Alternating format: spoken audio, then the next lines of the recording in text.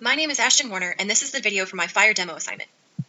This is my 6th semester in OMSCS and my 8th class. In addition to grad school, I also work full-time as a software developer for an EHR provider, Athena Health.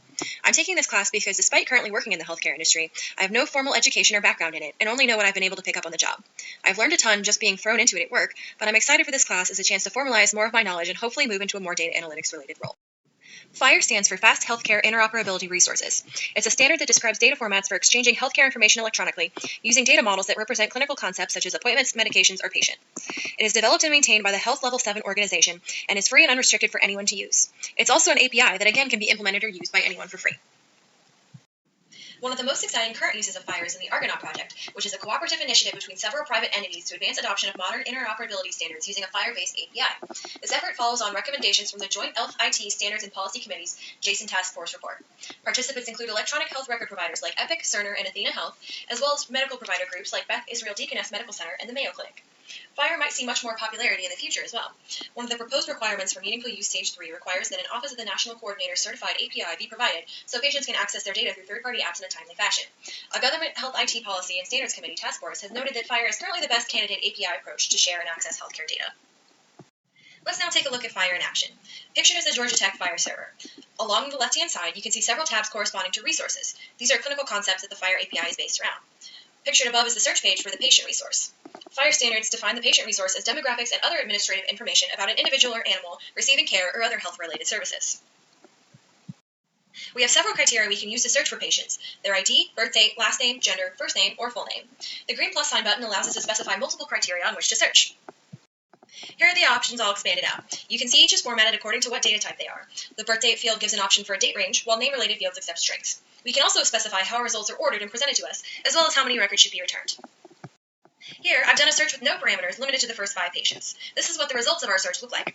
At the bottom, the raw message field contains all of the search results in JSON format. To see an individual result, we can also click the Read button next to the particular patient we want to look at. Here's what you see when you click the Read button for patient 1. The demographic information for the patient with the ID of 1 appears. This is the page to search the medication resources. According to FHIR documentation, the medication resource contains information on a given medication, including its definition, ingredients, and packaging. As you can see, the strings we can search on have changed this time based on what information the medication resource records contained. Like before, we can still add multiple search criteria, change our sorting options, and specify a maximum number of records to return. Once again, I've done a search for the first 5 records. The results page looks similar to what we saw with the patient results. However, the JSON data contains information for medication instead of patient.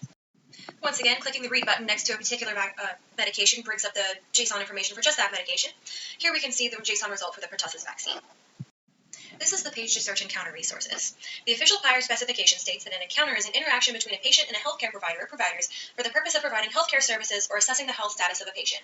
It encompasses the life cycle from pre-admission, the actual encounter, admission, stay, or discharge, if applicable.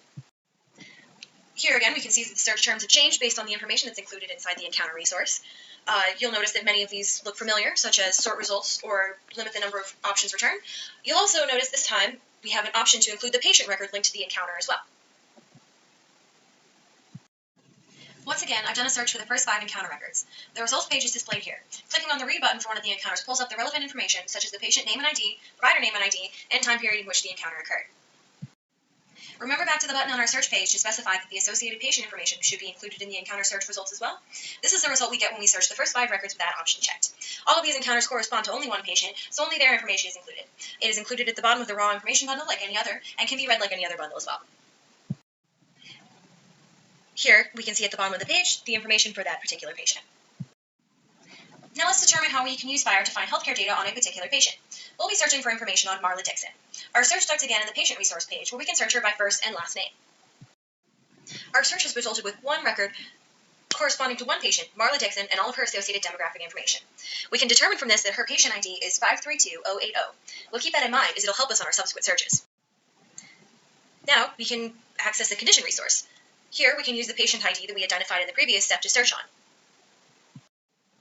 The results of this search tell us that Marla has 4 conditions: simple chronic bronchitis, coronary arteriosclerosis, type 2 diabetes, and hypertension.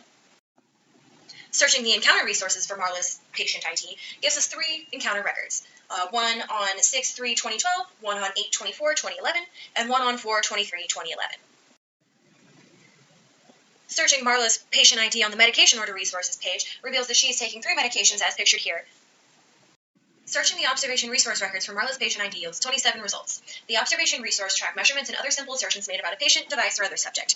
Here we can see two of Marla's observations, a chest x-ray and a respiration rhythm. We can also see the result of those measurements as well as the date on which they were taken. These are all the records we have for Marla. Together they form a record tracking her illnesses and steps to get treatment. Having this information accessible and easy to locate thanks to one central patient ID means Marla's doctors can use FHIR to track her prior health record and inform current and future healthcare decisions.